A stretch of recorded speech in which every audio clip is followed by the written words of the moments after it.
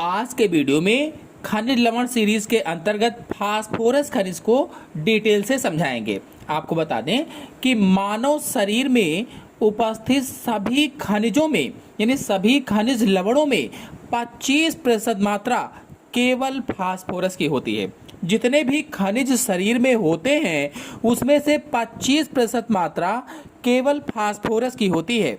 यह भी कैल्शियम व लोहे की तरह अत्यंत उपयोगी खनिज है। यानी जिस तरह से पिछले वीडियो में मैंने लोहा यानी आयरन को समझाया था, कैल्शियम को समझाया था, उसी तरह से उससे ज़्यादा इम्पॉर्टेंट कह लीजिए, कैल्शियम और लोहे से ज़्यादा इम्पॉर्टेंट, उससे ज़्यादा अत्यंत उपयोगी खनिज लवण फास्फोरस होता है। आपको बता दें कि फास्फोरस के मुख्य स्रोत कौन कौन से हैं, यानी फास्फोरस कहाँ से प्राप्त होता है। तो अनाज से प्राप्त होता है फास्फोरस, मेवे खाइए, मेवा से प्राप्त होता है। हरी पत्तेदार जो सब्जियां होती हैं उन हरी पत्तेदार सब्जियों से फास्फोरस प्राप्त होता है। मांस, मछली, अंडे, दूध, दही, घी, मक्खन, पनीर और दालें ये प्रमुख स्रोत हैं जिनसे फास्फोरस प्राप्त होती है। आपको बता दें कि फास्फोरस का उपयोग क्या है, कहां कहां पर इसका यूजेस होता है। तो कैल्शियम की तरह ही फास्फोरस भी हड्डियों के निर्माण में सहायता करता है।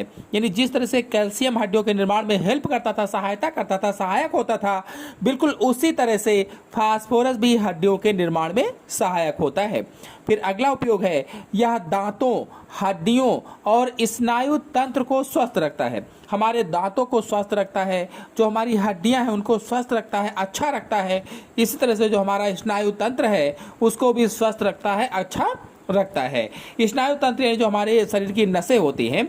फिर अगला पॉइंट है, यह कैल्शियम के अवशोषण में सहायक होता है। जो कैल्शियम होता है उसका एब्जॉर्प्शन करने में हेल्प करता है।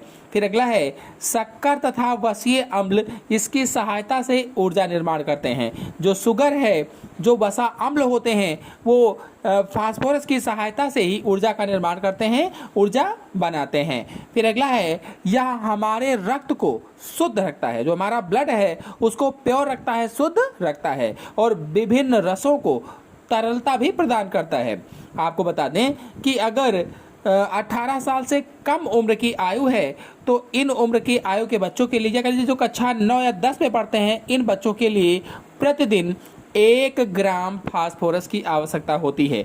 1 ग्राम। अगर हमारे शरीर में फास्फोरस कम हो गया है तो फास्फोरस की कमी से या फास्फोरस के अभाव के दुष्परिणाम क्या हो सकते हैं। तो फास्फोरस के अभाव में हमारे दांत व हड्डियां कमजोर हो जाते हैं। यदि फास्फोरस हमारे शरीर में कम हो जाए तो हमारे दांत व हड्डियां कमजोर हो जाते हैं, यानी दांत कमजोर हो जाते हैं और हड्डियां भी कमजोर हो जाती हैं। इसके अतिरिक्त तो अगर फास्फोरस की कमी हो गई है तो बच्चों में रिकेट्स रोग हो जाता है, रिकेट्स, और वयस्कों में ऑस्टियोमैलेशिया रोग हो जाता है। ऑस्टियोमैलेशिया में क्या होता है कि कुछ हड्डी संबंधी बीमारियां हो जाती हैं, हड्डियों संबंधी रोग हो जाते हैं।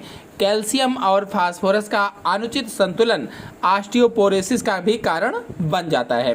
तो इस तरह से इतनी हानियां भी हो सकती हैं अगर शरीर में फास्फोरस की कमी हो जाए। तो आशा है आपको वीडियो पसंद आया होगा। पसंद आया हो तो लाइक कीजिए, अपने दोस्तों में शेयर कीजिए। धन्यवाद।